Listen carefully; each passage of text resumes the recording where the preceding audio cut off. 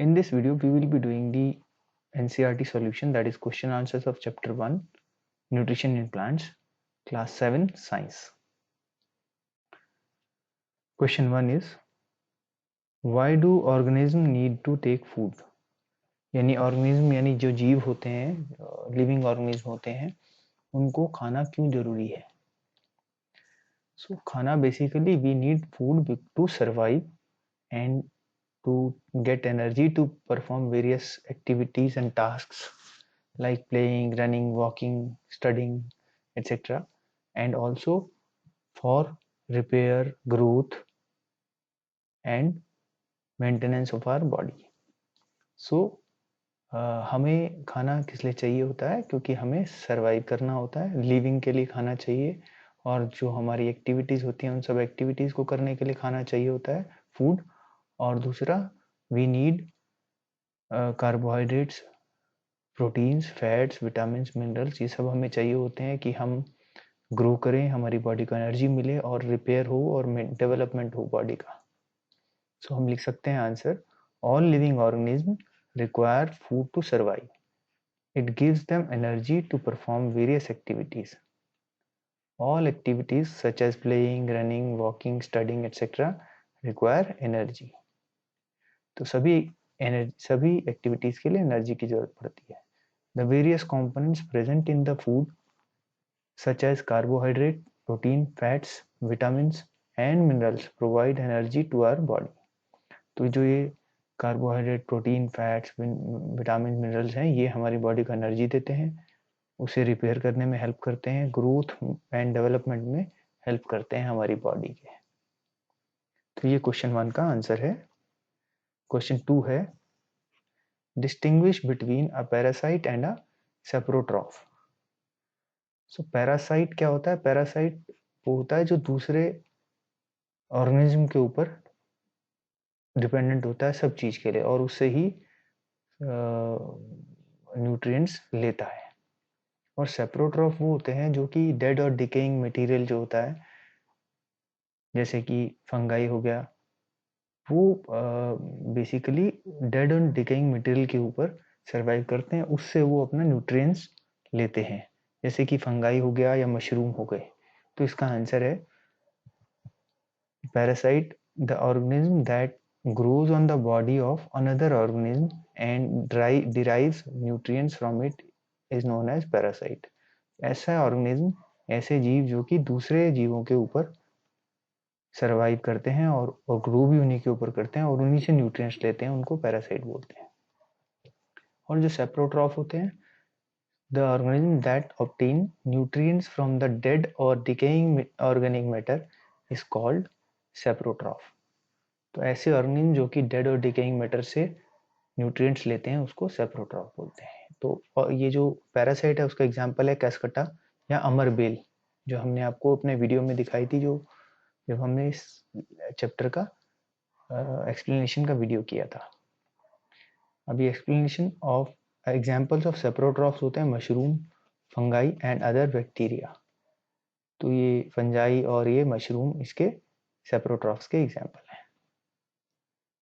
Question 3 है, how would you test the presence of starch in leaves. तो ये starch की लीव को प्रेजेंस को चेक करने के लिए स्टार्च की लीव्स को,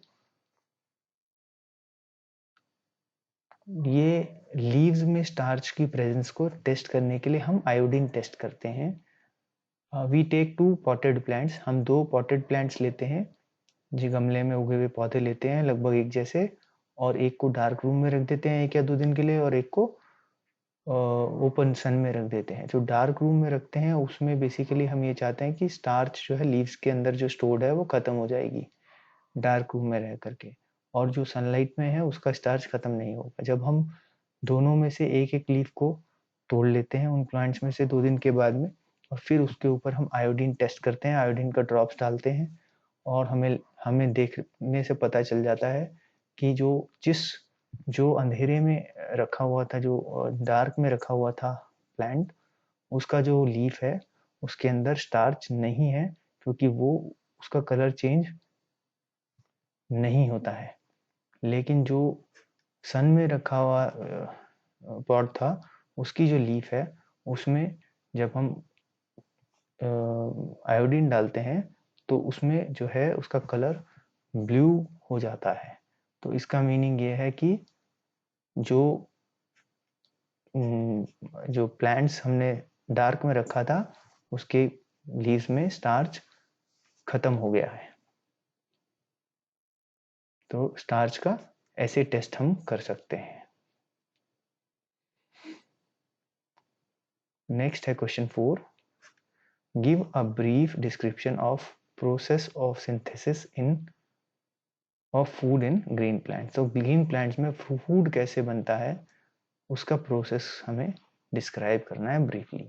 तो ग्रीन प्लांट में फूड जो बनता है वो फोटोसिंथेसिस प्रोसेस से बनता है, जिसमें जो ग्रीन लीव्स होती हैं प्लांट्स की उनमें क्लोरोफिल होता है। क्लोरोफिल की प्रेजेंस में सनलाइट और कार्बन डाइऑक्साइड को प्लांट्स अब्जॉर्ब करते हैं और वाटर और मिनरल्स को रूट्स से उन लीव्स तक पहुंचती हैं और उसके बाद में वो प्लांट्स अपना फूड बनाते हैं, यानी ग्लूकोज बनाते हैं, carbohydrate and starch basically, and oxygen release करते हैं। तो अभी इसका आंसर करते हैं। Photosynthesis is defined as the process in which the chlorophyll containing plant cells synthesize food in the form of carbohydrate using carbon dioxide and water in the presence of solar energy. So chlorophyll वाले plants carbohydrates बनाते हैं carbon dioxide और solar energy को लेकर के chlorophyll की presence में, और वाटर एंड मिनरल्स रूट से आता है, रूट्स इनको ऑब्जॉर्व करती हैं और ट्री जो प्लांट्स हैं उनकी लीव्स तक ट्रांसपोर्ट करती हैं। और जो सोलर सन रेज होती हैं, लाइट एनर्जी, सन की एनर्जी लेते हैं और कार्बन डाइऑक्साइड लेते हैं प्लांट्स, और फिर वो ग्लूकोज बनाते हैं, यानी अपना फूड बनाते हैं और ऑक्सीजन रिलीज कर देते हैं। तो ये प्रोसेस पूरा हम देखते हैं। Water is taken in from the roots of the plant and is transported to the leaves. तो सबसे पहले जो वाटर होता है वो रूट्स ग्राउंड से लेती हैं और फिर उसको ट्रांसपोर्ट करती हैं लीव्स तक, यानी लीव्स तक वाटर को रूट्स भेज देती हैं। Then carbon dioxide from the air enters the leaves through the tiny pores called stomata and diffuses to the cells containing chlorophyll. जो लीव्स होती हैं ग्रीन लीव्स, उसके अंदर स्मॉल पोर्स होते हैं, छोटे छोटे पोर्स होते हैं, बहुत बहुत छोटे छोटे होल्स होते हैं जो कि कार्बन डाइऑक्साइड को ऑब्जॉर्व करते हैं और फिर जो लीव में जहाँ क्लोरोफिल है वहां पर पहुंचा देते हैं।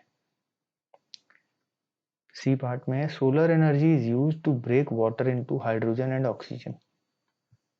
This hydrogen is combined with carbon dioxide to form food for plants, which is ultimately used by the animals as well.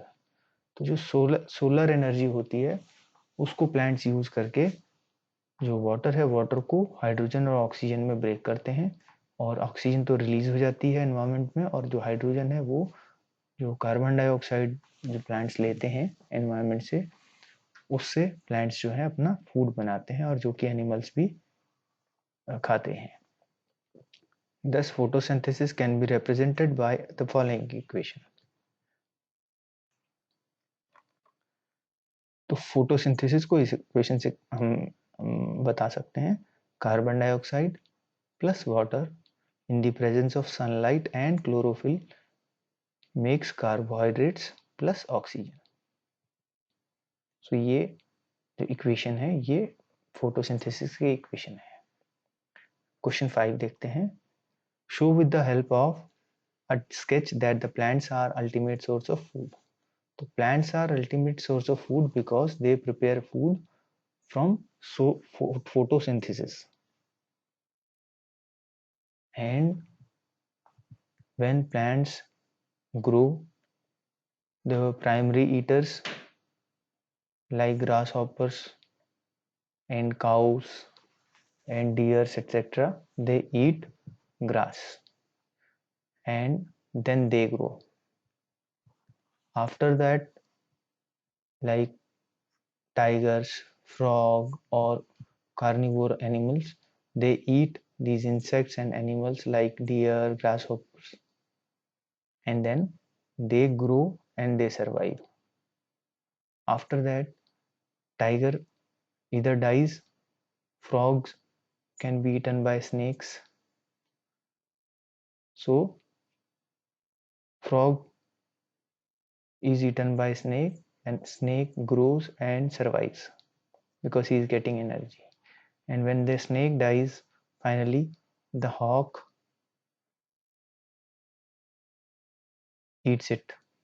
And then when a hawk dies, then the fungi and other material, bacteria, etc., they grow on dead and decay material and they decompose the body of the hawk. So ultimately the plants have been eaten by almost everyone in the chain. So this is how we can say that the plants are the ultimate source of food. Question number 6 is fill in the blanks.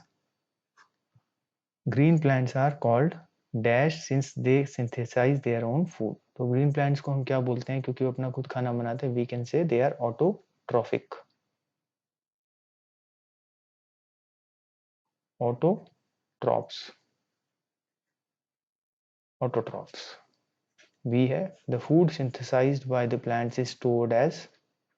जो food बनता है plants बनाते हैं वो कैसे कहाँ store होता है लीव्स में और कैसे स्टोर होता है वो स्टार्च की फॉर्म में. तो स्टार्च. सी है in photosynthesis solar energy is captured by the pigment called. जो सोलर एनर्जी को कैप्चर करते हैं फोटोसिंथेसिस में उस पिगमेंट को क्या बोलते हैं. वो ग्रीन कलर का पिगमेंट होता है. That is called chlorophyll.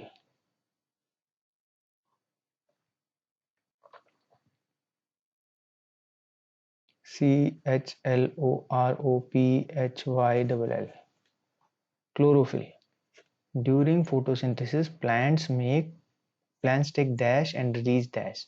तो प्लांट फोटोसिंथेसिस में क्या लेते हैं. Carbon dioxide. Carbon dioxide and they release oxygen. So ये हमारे fill in the blanks हमने कर लिए हैं. First is autotroph, second is starch, third is chlorophyll, and fourth is carbon dioxide and oxygen. So question number 7 is name the following. We have to name these. A parasitic plant with yellow, slender and tubular stem. ये parasitic plant जो होता है yellow colour का slender and tubular stem के साथ में यानी वो बेल की तरह होता है तो वो that is called amar bel और कसकटा. Oblique amar bell.